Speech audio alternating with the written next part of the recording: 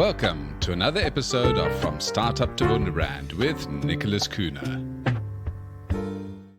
Welcome back, everyone. Tonight we have Zeke Camusio joining us, and Zeke is a serial entrepreneur and founder of DataSpeaks, an AI-powered analytics platform that helps companies identify what drives their sales and help them invest in the right marketing strategies. You've got a strong background in data science, and you spent the last 20 years developing AI machine learning and data analytics solutions. So you must be real annoyed with ChatGPT right now. But your background has enabled hundreds of companies to make data-driven decisions and accelerate growth. So Zeke, welcome. Thank you. Thank you for having me. So I suppose we're in a similar boat because just before lockdown, I was working on some really cool AI-driven analytics software and learning Python and R, and I was working with Oracle and a whole bunch of other companies who are starting to build AI into their products. And after the pandemic, well, 2 years ago, not even 2 years ago, just about 2 years ago, ChatGPT came out and just flushed all of these companies' work down the toilet, basically. And we've seen how difficult it is. Gemini has been a bit of a disaster. Nobody uses it. You've got Claude, you've got a whole bunch of other AI platforms like Copilot come out, which are really revolutionizing the way you do business. So you've chosen a really tough industry to get into. So I think before we go into the positives and negatives of AI, let's maybe go into a little bit of your background for our listeners. Yeah, for sure. And I also want to share, after I introduce myself and tell you a little bit about me, I have a slightly different perspective about AI and where we are and what this means for entrepreneurs. But yeah, I'd be happy to talk a little bit about my journey. But essentially, I spent the last 20 years building businesses, and you could say that I never really had a regular job. I don't know what it's like to work for somebody else. I don't think anybody would employ me, to be honest. I just need to do things my way. But yeah, I have a background in economics and statistics, so I always gravitated towards the data science and analytics side of, running a business, looking at data, making decisions based on data, measuring results, learning and adjusting. So the last few things that I worked on, I had a digital marketing agency from 2007 to 2015. It got acquired in 2015, and then I started doing digital strategy consulting for a few clients. Very quickly, I realized that I was spending more time getting all the data that I needed than presenting the data and presenting insights to clients, So I realized that it shouldn't be that way. I shouldn't spend 4 or 5 hours to prepare for a 1 hour meeting. I should have everything at my fingertips, and I should have data that I could rely on so I can just jump into the insights and start talking about strategy rather than trying to get data to make sense. So that was the inception of DataSpeaks about 5 years ago. You talk about taking hours and hours to put presentations together. That's, I suppose, one of the challenges lots of marketers face now. They've got Facebook or Meta, they've got LinkedIn, they've got TikTok, they've got a whole bunch of different channels. Not only that, they've got their ad spend, they've got their sales software, all of that needs to speak to each other. And often there's a disconnect between all of these because not very many systems really want you to have all of this information speak to each other. How have you gotten around that where data obviously is extremely important, but it's valuable, so people don't really want to release that? That's their incentive. So as a marketer, you have to understand that Google Ads only has access to how consumers interact with Google. They don't see that somebody clicked on an ad or they downloaded a PDF on your website. There's a lot of stuff they don't see, so they see a fraction of reality. And you could have, Meta, TikTok, Google, all claiming credit for the same conversion. And, so things are never going to add up, so you really need an independent source of truth that brings all those puzzle pieces and assembles that into something that starts with your source of revenue or leads as the source of truth. So that could be your e-commerce platform. That's the actual amount of money that goes into your bank account, or it could be your CRM. That's the actual number of leads you get. So that's used to be the starting point. And from that starting point, then you have to figure out how consumers interact with all the different channels that then led to those conversions. So are you saying that your platform can do this? Because that sounds like a silver bullet for a lot of e-commerce businesses in particular, because attributing where sales are coming from, the easiest way, as you've said, is how much sales have actually come into the business. But knowing where to spend your very valuable and probably constrained advertising budget is going to be very valuable to specifically e-commerce businesses. So let's maybe talk a little bit about DataSpeaks and what it actually does. Yeah. So the most important thing, our mission is to help marketers answer what we call the MDQ, the $1 million question, which is, for every dollar that I put into X, what am I going to get in return? And it's something that should be simple, but it's not, and we're all very familiar with this. You might see a return on ad spend or ROAS of 5. That should mean that if you invest $100 on something, you're going to get $500 in return. But you might get, 2,000 or 200, so they're very, very unreliable. So what I realized is that because about 60% of all the digital marketing is advertising spend, the fact that we are not able to track that as marketers is unacceptable. Like if you were investing in the stock market and your portfolio manager comes to you at the end of the year and says, your whole portfolio increased in value $10,000, but he doesn't want to share with you which stock increased in price, which ones decreased in price, you'd not be okay with that, but as marketers, we kind of accept that there's no alternative, so the reality is that we live in a world that demands privacy. Users don't want to be tracked. That can happen by ad blockers, it can happen at the browser level, it can happen at the device level. But the more we try to follow individual consumers across the web and across different devices, the more frustrated we're going to be, right? So I saw that happening about 4 or 5 years ago, and I realized that a lot of people weren't going in that direction. And a lot of companies were trying to go from third-party pixels to first-party pixels.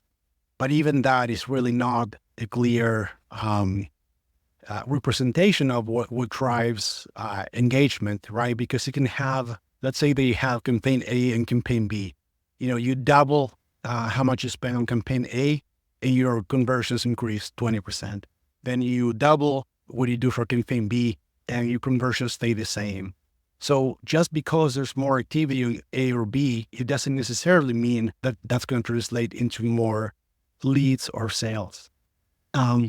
So when I, started noticing that it wasn't just me, but everybody around me was having this issue, I realized that there was a big opportunity.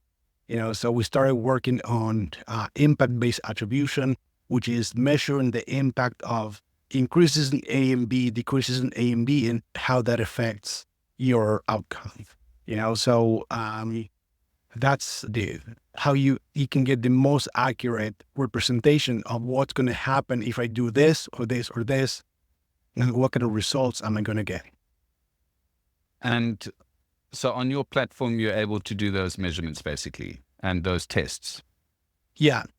Because right now you can do A/B testing, but you'd only be able to do that on individual platforms. So you'd be able to do A/B testing on Facebook and with your Google ads. But it's, by the sound of it, you're able then to do this on DataSpeaks. So part of the challenge, I suppose, is telling people that this actually works. What great success stories have you had of clients who have moved over to your platform and really relied on your algorithms and your process? Element that can be tracked. That said, DataSpeaks is 4 times more accurate than first-party pixels like, triple whale or high res, and 10 times more accurate than third-party pixels, like the Google Pixel or the Meta Pixel.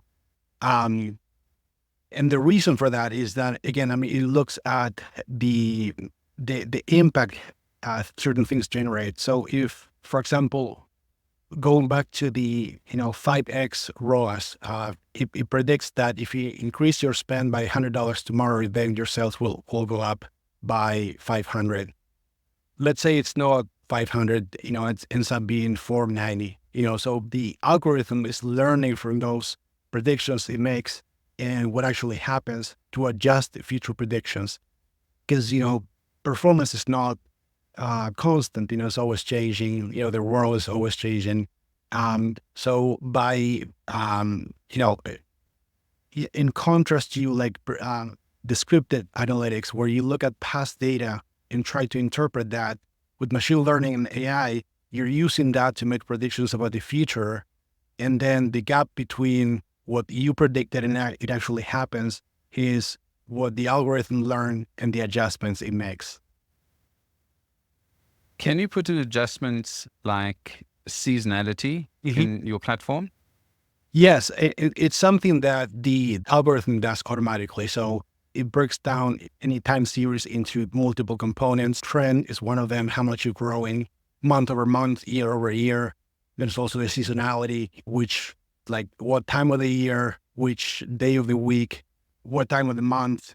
And then there's also residual. So there are certain things that can really be predicted. Maybe you send promotions every Thursday, but one week you did it on Wednesday. So there's certain things that models can really capture.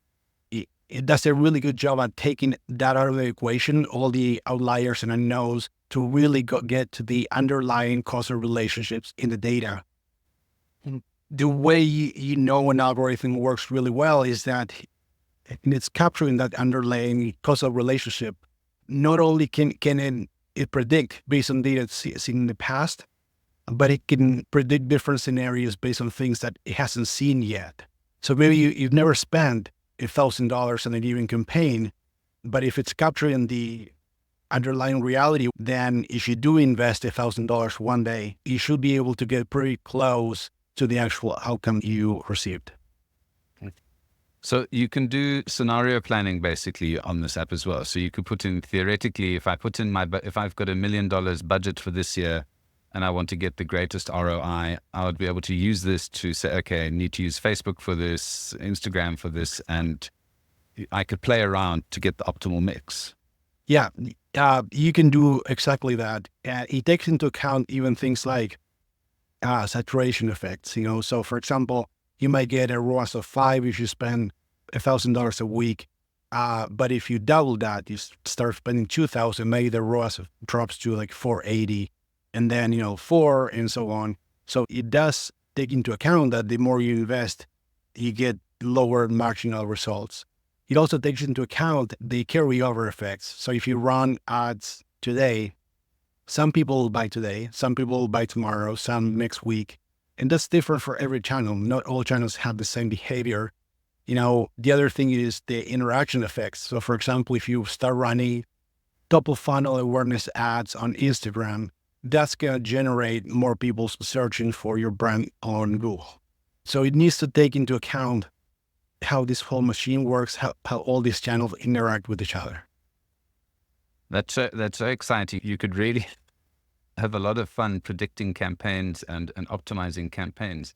Let me see. So I see the type of, what I want to mention here to folks is that this obviously isn't something that's going to generate results in 1 week. This is something where the algorithm needs to understand your spending patterns.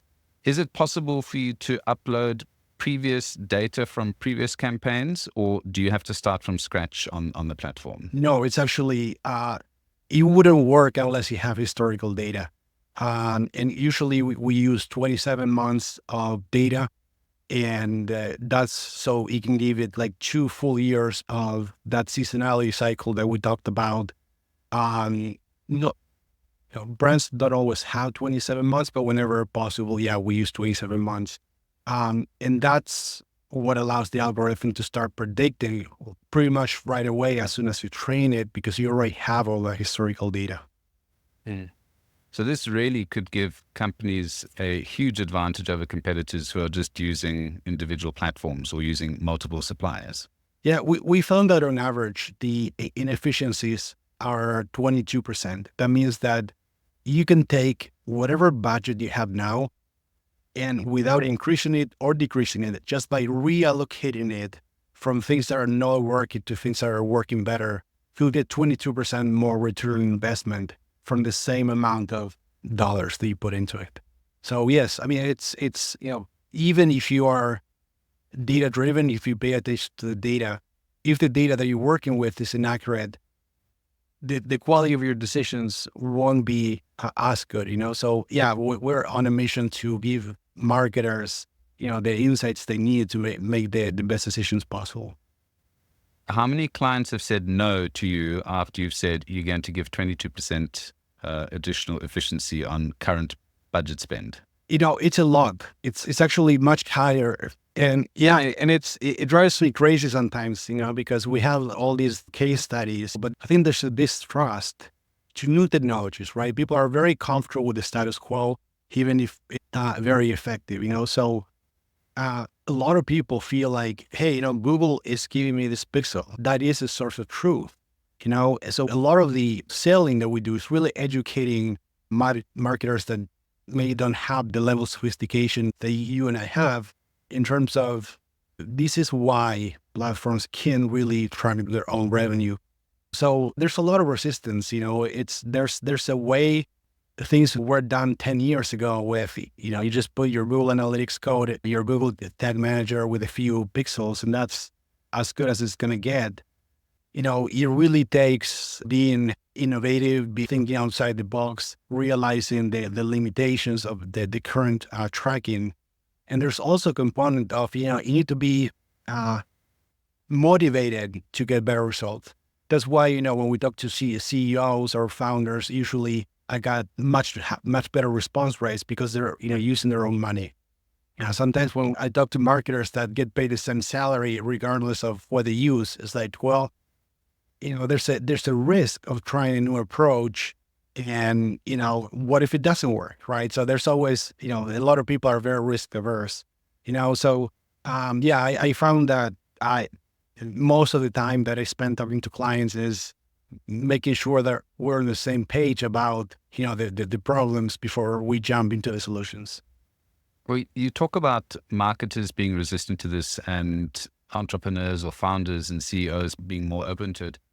I suppose that comes down to the type of education that marketers get, because obviously we typically we'd understand marketing funnels, sales funnels, and customer journey and elements like that, which is a necessary part of it.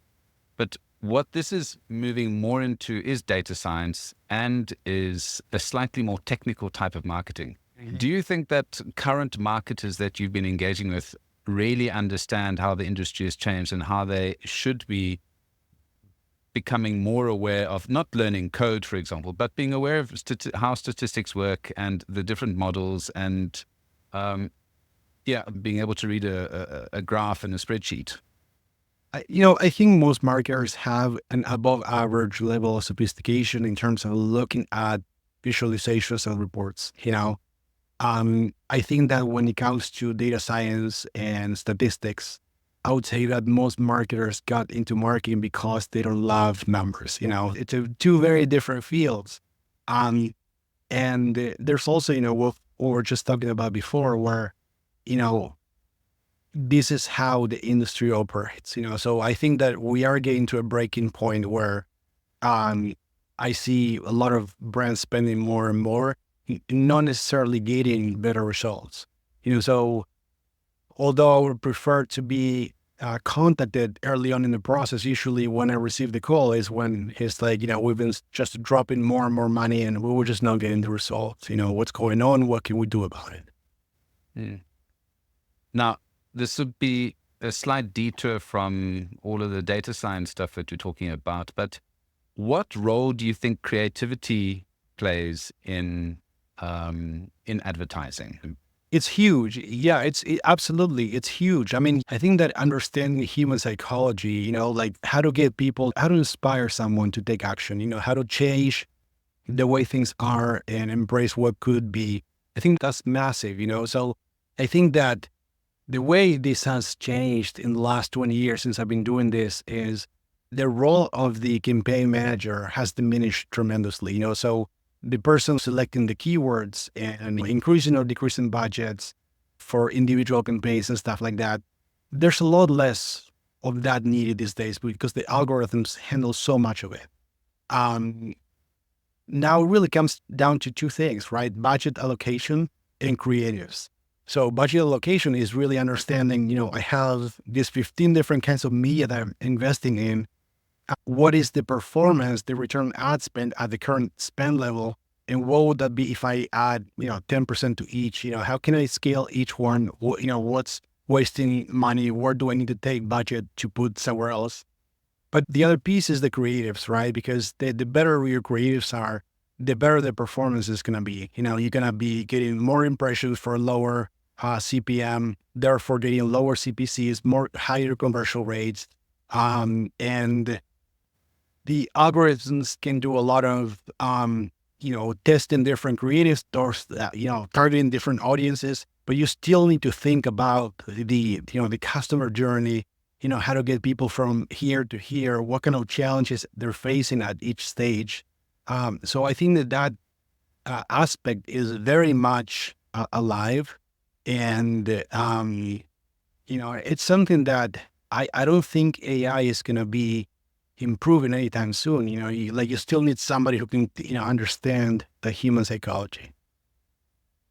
Good. So marketers aren't out of a job just yet. And it's good to hear that there is that balance, because that is the magic multiplier, basically, is good creativity. So you can get the basics right in terms of your analytics, but it's the spending money now in the correct creative that can drive sales.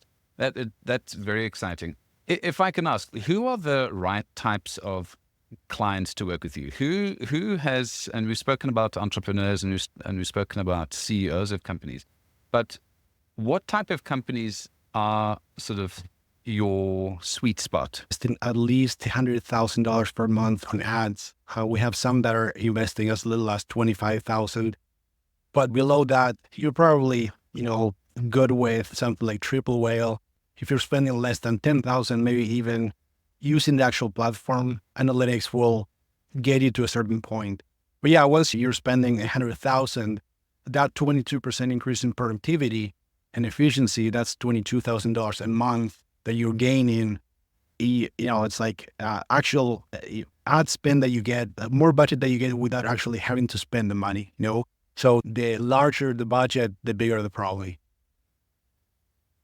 Do you focus directly on clients, or can people like media agencies utilize your platform as well?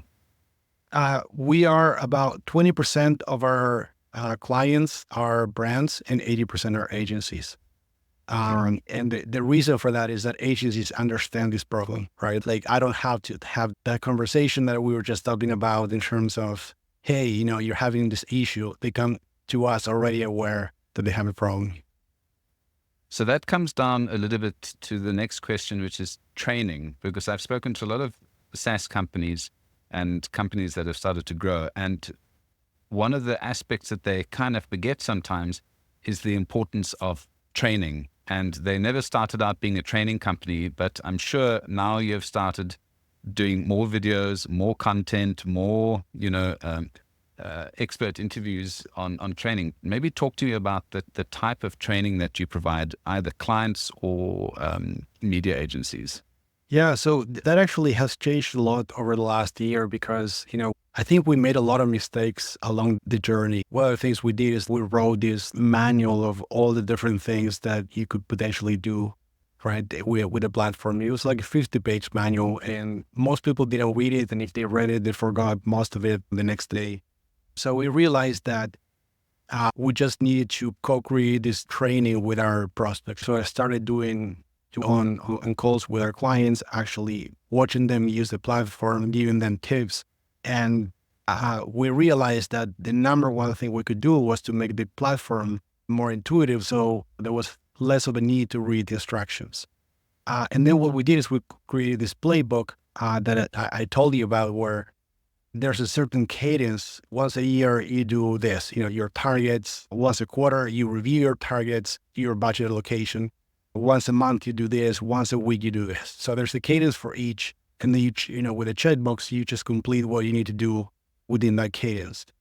You can deviate from that plan if you want, but that's the framework we perfected over the last 20 years, doing this for over 100 and so clients. So there's kind of a lot of things that you could potentially do, but we realized that less is more, and just take out all the stuff that is nice to have and really focus on the one or two things that will create the majority of the impact. So your Big Mac, basically. Yeah, yes. Yeah. I mean, it's really hard to take out, it's really hard to say no. You always want to, go after more customer segments. You want to create more features. It's really much more difficult to say, no, we're not going to build that. No, we're not going to go after that. But yeah, it's at the end of the day, as a startup, you only have limited resources, and, even doing one thing really well is very hard, so there's no time and money to do 10. Yeah, that's one of the biggest challenges is, not going after all those multiple segments that look exciting. Mm-hmm. So how have you decided on those particular segments? Because saying no to business, or saying no to, if everyone else in the industry is doing it and you're not doing it, how are you, from a strategic perspective, is it you saying no? Is it your team saying no? Is it customers saying no? How are you as a business keeping your focus on your Big Mac, as we put it? Yeah, I mean, it's mostly me saying no. It's me having a very clear vision for what we do. And one of my favorite quotes is, I think it's like Michael Porter that said, "Strategy is not what you do, it's what you don't do." And another way I've heard that described is, if let's say you're building a puzzle, it's a snowy landscape, it's like, green and white, and you start building it, you grab a piece from the box and it's red. Right away that that's the wrong puzzle, just, it should not be there. But you can only know that if you know the picture that you're trying to assemble, so I think that's kind of key. First, to have that clear vision of what it is that you're trying to build. And second, to have the discipline that when a piece that doesn't belong to the puzzle shows up, you're going to put it aside. Now, one of the challenges for entrepreneurs that I've seen is it's lonely at the top, and learning from other people is important. Can you talk to me about the type of networking that you're doing as an entrepreneur, not just to get new business, but to get guidance from other folks in the field? Has it been a challenge? Is it something that comes naturally to you? How have you worked on networking yourself and your business? Yeah, so I think right now I'm at a point in my career where, if I have, a legal question, I know who to go ask. If I have a question about finances, I just know who to go ask. I think early on,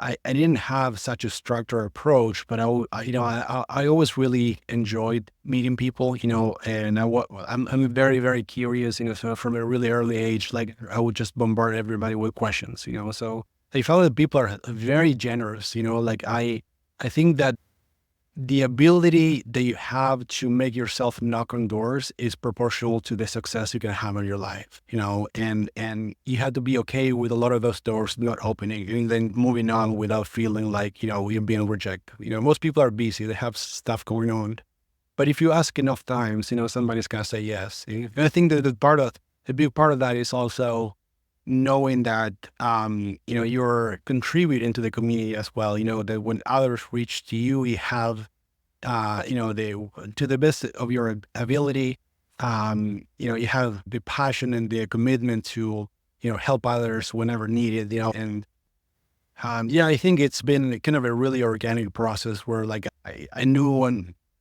I was like 14 or 15 years old that I wanted to be in business, so I would just go to every like local group or meetup and just talk to other people about it. I've always been really interested in technology and business. Love it. What is going to stop your business being bought out soon and shut down because it is eating a whole bunch of other people's lunch? Is the question, the question is like, what will prevent it from getting to that point? I mean, it's a likelihood because this is such an exciting platform, and for people who can understand how to utilize it, it really should change the advertising landscape. So, what is what? Let's maybe put it in a different way. What are the next steps for DataSpeaks?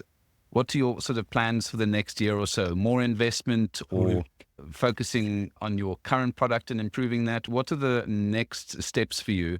Because this really could revolutionize the media industry. Yeah. So right now we're in a transition phase. I spent the last 4 years assembling this team of really smart data scientists, machine learning engineers to build what we build. And it was very hands-on, so we would work with a very, very few clients and, really understanding every aspect of their business, their products, their market segments, the, marketing channels and so on. And we build in this like very sophisticated model for each brand. And we're still doing that. But we also realized about a year and a half ago that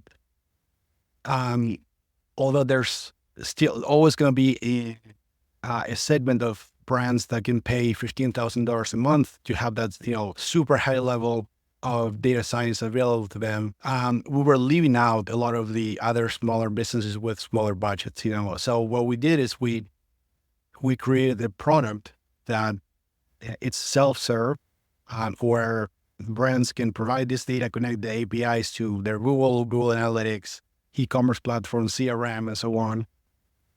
And our, machines would be working in the background. Our data scientists would be working, automating a lot of the things we used to do manually, So essentially bringing to the masses something that was only available to a few select companies. One of the things that I learned in that transition is that if you're going to remove the data scientists that interpret the data, then, you need to make it a lot more intuitive, because the average person will feel overwhelmed by the level of sophistication that we used to offer, So we've been in the process of making things more and more intuitive, talking to a lot of clients, like, what do you like about the platform? What frustrates you? What can we do to make it easier to understand? And it usually comes down to the same thing, which is, what action should I take based on this? How should I interpret the results? What action should I take? So a lot of the stuff we've been building lately is the recommendation engine, So, is really, really straightforward. It says Google Performance Max increase, 5% week over week for the next 4 weeks. That's expected to deliver 25% more revenue. And so it's like, there's the recommendations and then the ability to actually go and verify that you are getting the desired outcomes, that profit is increasing as you're adjusting your budgets. Because it's not just about using data to make decisions, but also to use data to make sure that the decisions you made are paying off the way you expected. Mm-hmm. It sounds like the finance team will love you. Yeah, and it's a challenge because the finance team understand we're aligned in terms of outcome, but they're not aware about the problem. And marketing teams are aware about the problem, but they don't always have the same level of business incentive to get the same outcomes, or maybe they're a little bit more risk averse. So I feel like just like with any other kind of technology, there's at the beginning, you have a lot of early adopters that embrace new technologies. And over time, those new technologies just become more mainstream. My last question regarding this is integrations. can this integrate into an SAP or into a Anaplan or other platform like that? Because if my sales are going to, if your platform says sales are going to increase by 10%, then the manufacturing process plant needs to know that we need to make 10% extra gizmos. Is that a possibility? Yeah, so we can certainly ingest data from a lot of different enterprise level solutions. Then in terms of where that data is going to be consumed, we can certainly export to anything that they use. It could be a Google Sheet, it could be a data warehouse table.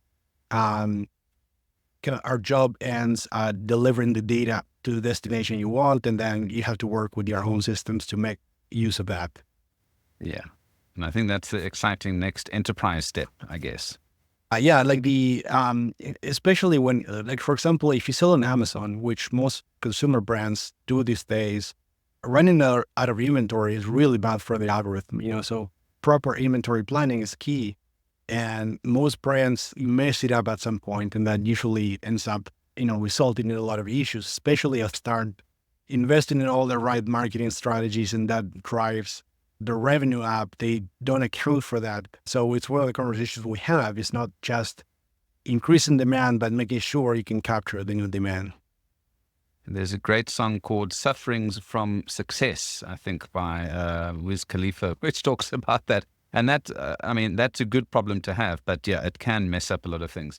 Yeah. Zeke, this has been fascinating. I think we're not going to talk into too much depth on the other issues, because I think we've covered a lot about DataSpeaks today. So maybe we should do a demo one day and have a look at exactly how it works, so people can actually see this. But this sounds like the future of ad management, and very exciting. And I'll definitely be suggesting this to folks who've got decent sized budgets. So where can I send folks to get some more information on you? Because you said you've got this DataSpeaks playbook, which is free. So where can I send folks to get that? Yeah, you can get it at dataspeaks.ai. And if you want to see a demo as well, dataspeaks.ai/demo, and I'll be happy to show you how DataSpeaks does what it does. Awesome. So we'll put that link in the description so that folks can follow that and have a look. But Zeke, thank you so much. This has been fascinating. And I wish you all the best in your future success. Thank you for having me, Nicholas.